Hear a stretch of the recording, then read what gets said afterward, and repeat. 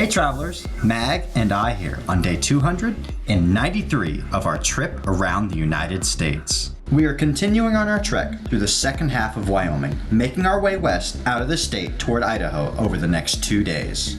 We begin this part of our adventure in Thermopolis, the county seat of Hot Springs County and the most populated town in the county with about 2,700 residents. The name of the city is Greek for Hot City, known for its numerous natural hot springs and mineral-laden waters.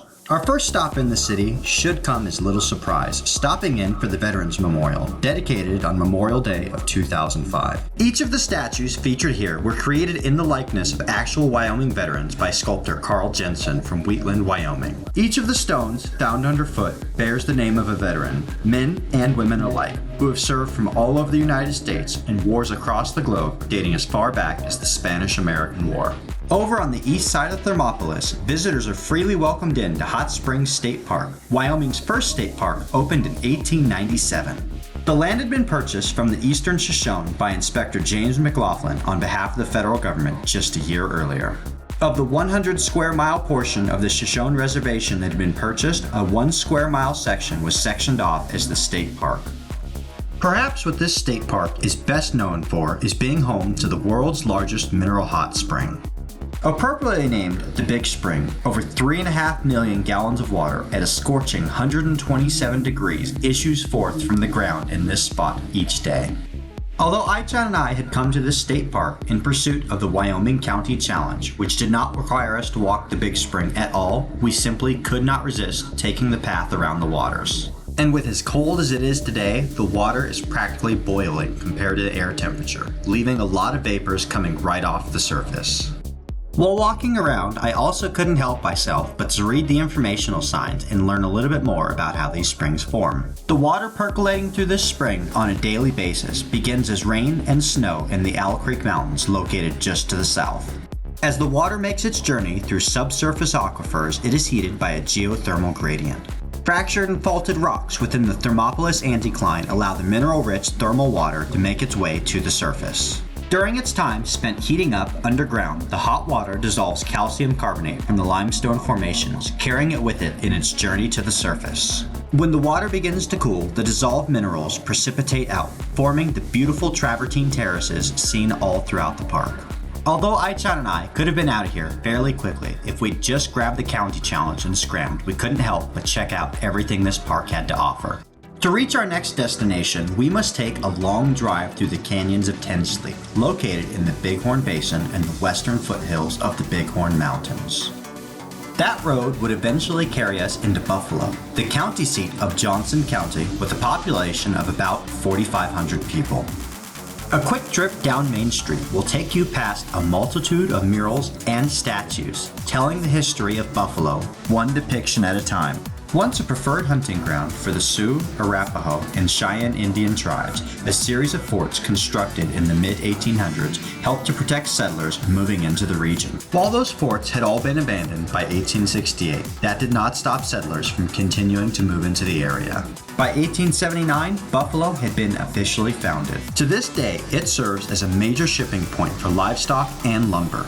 It also serves as the main tourist center for those intrepid travelers looking to find adventure in the Bighorn Mountain region. Our final day spent in Wyoming begins at the Independence Rock Historic Site. This distinctive rock, looming 136 feet above the surrounding landscape, served as the landmark for more than 500,000 travelers making their way westward across the United States. M.K. Hugh unwittingly began a tradition when he carved his name into the rock's surface back in 1824. Many pioneers followed suit, and now the rock features more than 5,000 names carved into its granite surface. The vast majority of the rural roads in Wyoming are fenced off to the left and the right to keep the cattle in. Those fences often become the left and right lateral limits to where you're going to begin searching for the geocache once you pull off the side of the road. These rural stops between the cities are the preferred locations for us to find geocaches, as I can continue to set Aichan outside the car at each ground zero and allow her to wander around to her heart's content, as there are no other cars to bother us while we conduct our search. And these rural roads are by no means densely packed with micros. All along the way, there are opportunities to track down small and regular-sized containers. Including places where most hiders might stash a micro, you can still look forward to being able to find a regular sized container most times. With our winter gear now stashed away, the remaining swag is easily accessible, so we began to load up each of these geocaches along the way. We also find ourselves completely unable to resist whenever a listing is designated as a travel bug hotel. I just love spotting a silver dog tag or geocoin out in the wild and always make sure to snap a picture for a later discovery. It's nice to have Ai-chan back in fighting shape and willing to jump out at each ground zero and help me search these out where she can. And where she can't, she is always more than happy to offer me encouragement from the sidelines to be able to make the find. Our trail of westward finds leads us into the city of Lander, the county seat of Fremont County, with a population of about 7,500 people. Once known as Push Route, Old Camp Brown, and Fort Auger, Lander gained its name in 1879 for General Frederick Lander, a transcontinental explorer who had surveyed the Oregon Trail's Lander Cutoff. The city was first explored and surveyed in 1873 by the Jones Expedition as they were establishing a route toward Yellowstone National Park. Lander then became the westward terminus of the Cowboy Line on October 1st of 1906. Although the line had originally intended to be a transcontinental main line either to Oregon or California, it never expanded further west than Lander. Thus, the town's slogan came into being, where rails end and trails begin. A city with a rugged history, a city with a real Western spirit. Not too far down the road from there, we stop into Fort Washakie to find the one geocache in town and make a stop by the local Veterans Memorial. The Wind River Veterans Memorial, better known as the Path of Honor, is a tribute to all military service members and veterans who live within the boundaries of the Wind River Reservation here in Wyoming. Dedicated on August 12th of 2021, this is the first memorial in the state honoring Native American Indigenous veterans and their military service. The Path of Honor itself is a collection of stones representing 4 eras of service: pre-World War, World Wars I and II, the Korean War and Vietnam War, and post-Vietnam and Gulf War era. The front of each stone features a quote from a veteran of that service, while the back features reliefs carved into its surface. We are even further surprised when just down the road we come across the National Museum of Military Vehicles. There are no geocaches anywhere nearby to let us know that this location exists, but as soon as I saw the signage, I flipped an immediate U-turn and came in for the grand tour. Founded by Dan and Cynthia Starks, this 160,000 square foot museum was established in 2020. It features more than 500 military vehicles and weapon systems on display within the collection.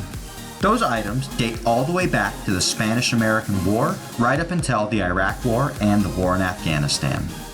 Since its founding, the museum has continued to grow, with the Pula building opening its doors to the public in September of 2022. The most recent addition is named for First Lieutenant Pula Sr., who served with the U.S. Army in World War II, Korea, and Vietnam. He is the United States' single most decorated Native American, having received 42 medals and citations, including 4 Silver Stars, 5 Bronze Stars, and 3 Purple Hearts, one for each war he served in. Although the National Museum of Military Vehicles is relatively new to the scene, it has already received several awards and citations. It was definitely a pleasant surprise for us to come across, and a very welcome honor to walk through the grounds. Speaking of surprises, we pulled another quick U-turn when we saw a sign indicating the world's largest jackalope exhibit. The larger-than-life taxidermy display and the larger-than-reality jackalope can be found hidden in the back of this little country store in Du Bois. Completely unable to resist any sign that indicates the world's largest, we made our way back to see this jackalope for ourselves and were not disappointed in the least. Du Bois also offered us a few more interesting sites to check out as we continue to make our way west toward the edge of the state, including geocaches hidden at the base of both of these statues. And once again, even though there was no geocache to let us know about the local Veterans Memorial, my senses kicked in and let me know that we needed to make one more stop on our way out of town.